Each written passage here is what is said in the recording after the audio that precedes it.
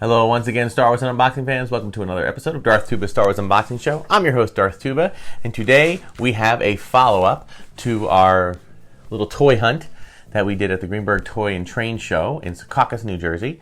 And that is the Bend-ems figures that we picked up, as well as we'll take a little closer look at our little Lego guys.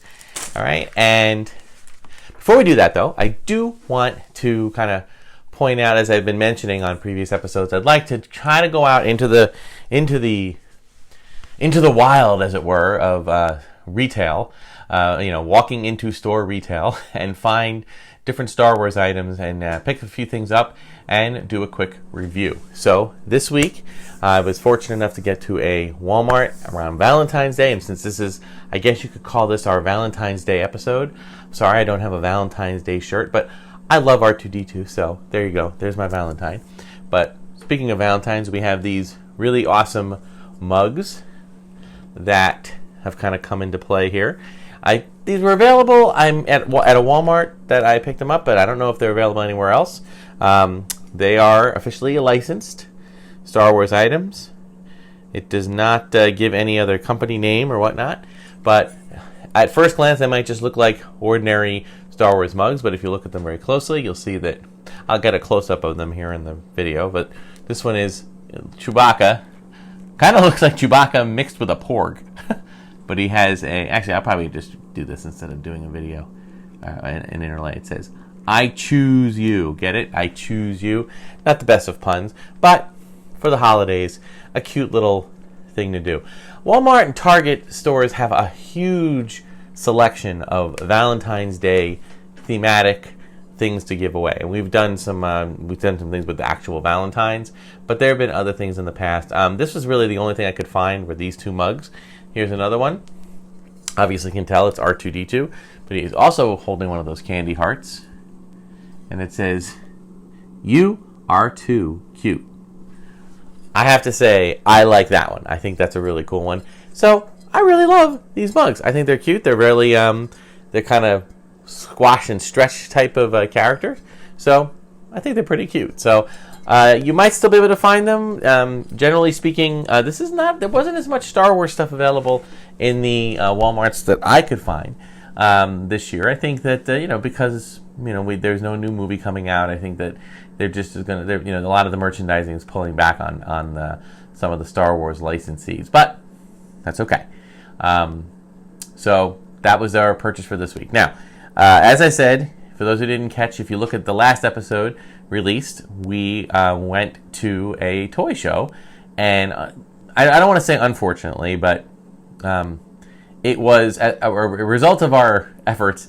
The show itself was really more of a train show. It was more of a model train, all different gauges model train show. There were a handful of vendors also selling just general toys, and only a few of them had any Star Wars merchandise. So, but as I mentioned in the video, it is actually something I recommend people doing because these toy/train, but mostly train shows are not that expensive to get into. You got to remember, you go to a Comic-Con, you could be spending $25, $35, $45.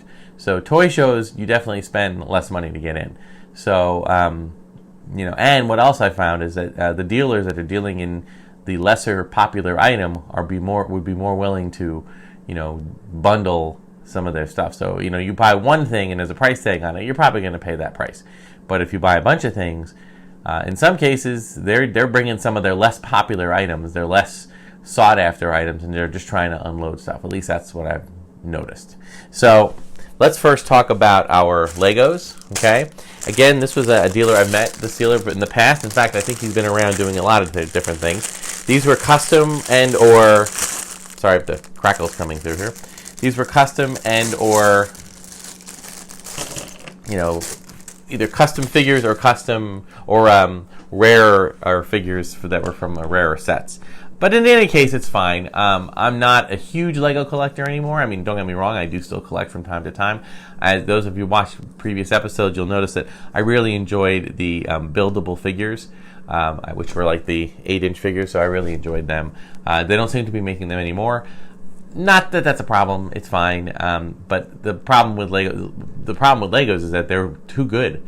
There's so many Legos that are out and so many sets, and so I just don't have the room, And plus, I feel like putting these things together, and then just to have them be on display doesn't always sit right with me. I don't know why. I mean, I don't know why a play set is okay, but not a Lego set. I don't know, maybe because you're supposed to build and create and do things, and I'm not really doing that. So I've kind of taken a step back.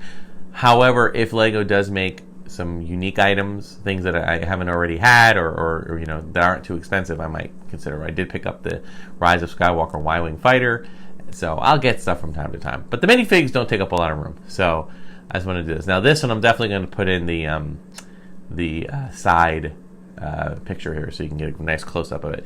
We have I just dropped him. We have the Mandalorian, which is the first few episode Mandalorian, and is more of his brownish kind of look. Now, I can't remember if he had a cape or not. I guess he did. I guess he did have a cape at the beginning. Comes with his weapon, okay? Again, I think this is just more of a custom build, but the weapon does have the little two-prong thing on the end, similar, so pretty cool stuff, okay? Then I have the Mandalorian with the Beskar armor, so it has a little bit more silver all around it, and it comes with his backpack, and a regular blaster weapon. So that's cool. And we have Cara Dune, which is the former Rebel shock trooper. This one's really nice, and I don't remember. I guess this could have come from. It looks very much like her, so I tend to think that this might have come from maybe the Mandalorian set, the AT-ST Walker, because the guy said sometimes he'll buy like 5 sets and then take all the figures out, which I guess people do that, but I do enjoy having just the minifig of them. And then we have, of course, Baby Yoda, which really is just a regular Yoda, and it's full size. The look of his costume looks like it's been, kind of modified. I don't think it was originally like this, so I think this is definitely a custom job. The eyes look as though they were kind of painted on, which is fine. I mean, there's no Baby Yoda objects out yet. So anything that you find that's Baby Yoda has been handmade, and that's okay. I don't have a problem with that. I applaud entrepreneurial young men and women that try to capitalize on something, and as long as it's something small and you're not trying to pass it off as something that it's not. But they did some work on this, so I'll take it. But in case you wanted something a little more size friendly, we have an actual tiny itsy bitsy Baby Yoda, which if you look at the Mandalorian, it's definitely, and again I'll get photos, it's definitely more more in line with the size comparison. So that was good. And because it was like a 5-4 deal, I got Admiral Akbar to round out the set. Admiral Akbar is obviously not from Mandalorian, spoiler alert, but he's one of my favorite characters, so I love having I think I have a couple of Admiral Akbars, but you can never have too many Akbars, so it's all good. All right, so those are the Lego pieces. Now let's talk about the Bend-ems. Okay, the Bend-ems. I'll start with the one that's already unboxed, the Emperor. Now, okay, so let's get in the Wayback Machine, okay, to around, I think it's 1993. That's when I believe, yeah, 1993. No Star Wars, okay, no toys. From 1986, the end of 1986 to 1993, nothing. Zilch. Zip. Okay? There was no Star Wars. There was Star Wars. There was the 3 movies. There was no Star Wars, Empire, and Jedi. They had ended. George Lucas had announced he's not making anymore. That was it. So, no figures. Nothing. Those of us that grew up with this and collected them always imagine, our interest went to other things like Transformers, G.I. Joe. And I wasn't really into, those are the 2 I kind of liked. I wasn't into He-Man. I liked the Super Friends a little bit, And then, you start getting older, and then I'm in high school, and you're thinking about girls, and you're thinking about dating, and you're doing all your other more young adult things, getting ready for college. I was a musician, so I was practicing and playing in ensembles and all this other stuff. So life gets in the way. But then in the back of your head, you're like, and every time you go to a store and you just happen to walk past the toy section and you're thinking, man, I wish there were Star Wars stuff. But there's not. What are you gonna do? Okay, so, and it was just sad. You figured that was it; it was done. And then in the midst of all this, I started, dating a person, and we ended up getting engaged, and that's this with a woman who would eventually become Mrs. Darth Tuba, and I wasn't thinking about toys as much. I had my old toys were all boxed up, but then all of a sudden, we would go into a store, and I would look, and I would see these Star Wars figures, and I'm like, oh, the Star Wars figures! Oh my god! And then I looked at them, and they were called Bend-ems, and they were essentially these wireframe, surrounded, covered in like a plastic or a rubberish kind of thing where you can move the things. I mean, if you think if anybody remembers characters like Gumby, all right, these were the kind of things these were, okay? Very little articulation, and that people called it 100 points of articulation because you could literally bend them any which way you wanted. So, but they were kind of cheesy, and they were kind of, when you consider the figures that we had, and people were so desperate to get Star Wars figures again, they were missing them. Nostalgia was starting to set in. It had been close to 10 years. The only Star Wars at all we had was the Heir to the Empire or the Timothy Zahn trilogy of books. And, comic books were in and out, and that was it. That was all we had, save for the Ewok movies in the 80s. So there wasn't much going on. So all of a sudden, except for Star Tours, which I've talked about in other episodes, and that was in Disney.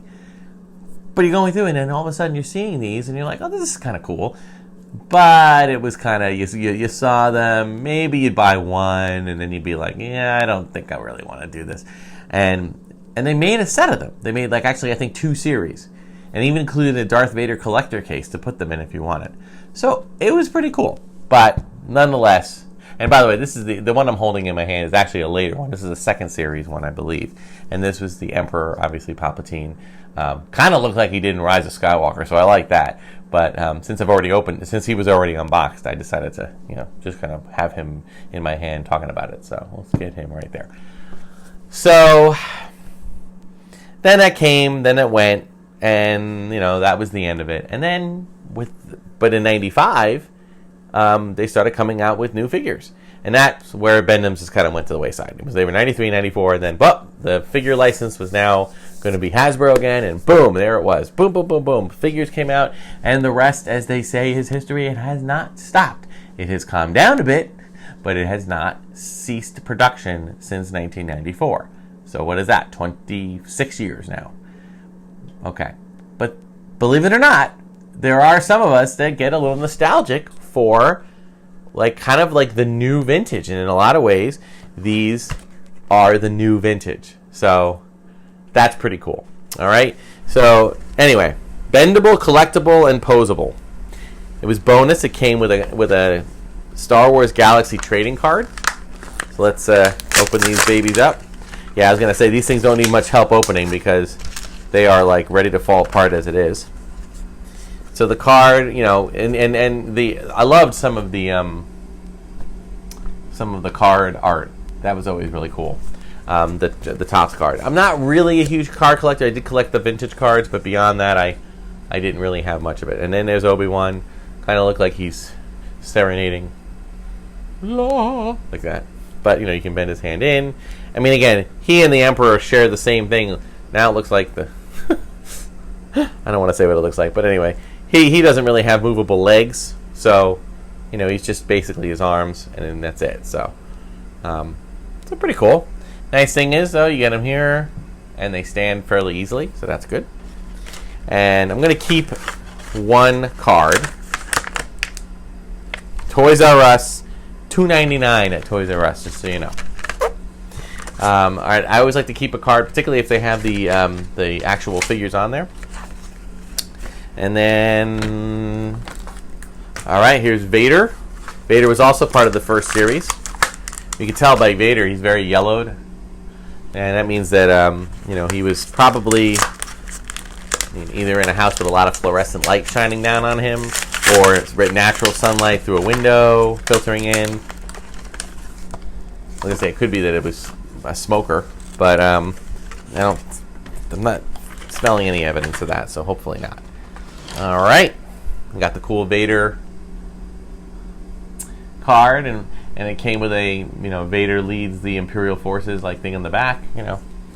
I am not going to get into trading card unboxings. That's just too much.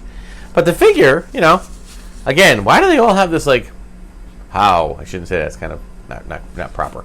But, like, this is a very odd shape. You got his hand like this and the other one like that.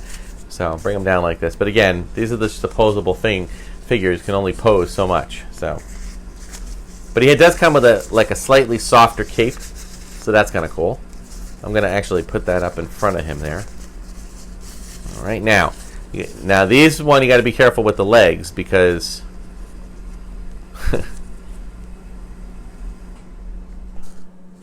because that happens. All right, so we'll see if I can get that to be any better. Come on.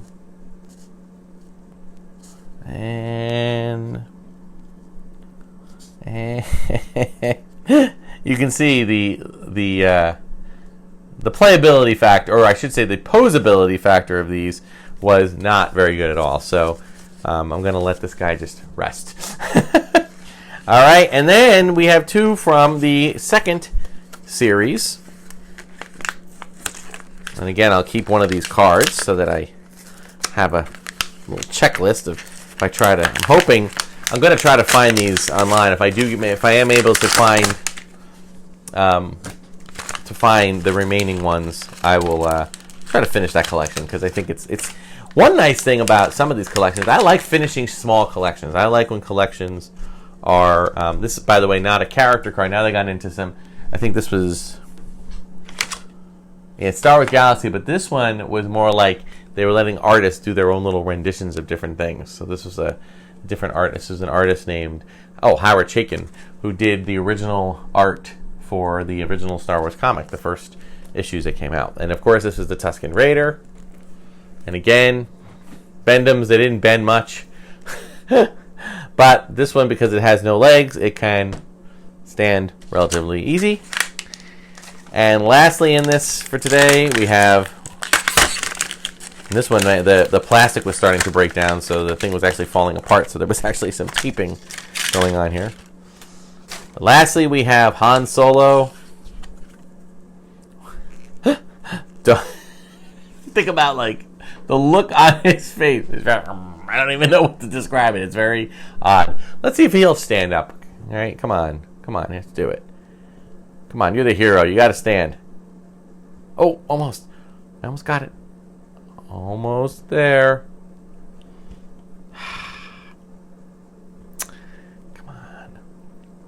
Come on, Han. What if I... Seriously? There it is. Now, I know that at some point he's going to fall over, but there, I got that one to stand up. All right, so we'll put Vader here because he will not stand. And it has a nice Chewie portrait. All right. Let me make sure, was Han... Yeah, Han was Series 2 as well. All right, so 5 figures. The first original series... Now, I believe they came out with these 8 figures, which was, of course... Well, actually, probably be more like... Oh, this is interesting. We have Obi-Wan, we have the Tusken Raider, we have Vader, we have Han Solo, and we have the Emperor. In these pictures, it looks like Obi-Wan isn't listed, so we have Obi-Wan and Vader, and then in the second series, it looks like we had Boba Fett, Chewbacca, Bib Fortuna, Emperor's Royal Guard, R2 and 3PO, Wicket. This is like, I might have repeated some of those figures, but Wicket, Yoda, Luke Skywalker, both Farm Boy Luke and X-Wing Luke, General Lando Calrissian, Gamorrean Guard, Admiral Akbar, and a 20-piece carrying case. 1, 2, 3, 4, 5, 6, 7, 8, 9. Oh, and Princess Leia too. 1, 2, 3, 4, 5, 6, 7, 8, 9, 10, 11, 12, 13, 14. Yep. So I'm going to try to track these down because I think it would be kind of cool to be able to have the Vader case, open it up, and have all the Bend-ems right there. That'd be kind of a cool thing. And then if, it might be a neat way to sell the item later on. So anyway, but I kind of like it. It is nostalgic to the 90s, which is weird, but 93 was 27 years ago. So, whew. I mean, I remember a time when when the first Star Wars figures came out in '94, they'd only been away for about 9 or 8 years, and they'd only started 18 years earlier, right? Or 84, 77, 87, yeah, like 17 years earlier. I mean, the time between now and back then, and back when these came out, is quite longer. So to me, it's boggles the mind how long this franchise has been producing toys, albeit some kind of weird, but they're kind of fun in their weirdness, which is why I like to pick them up. I told you, I like the weird stuff. What can I say?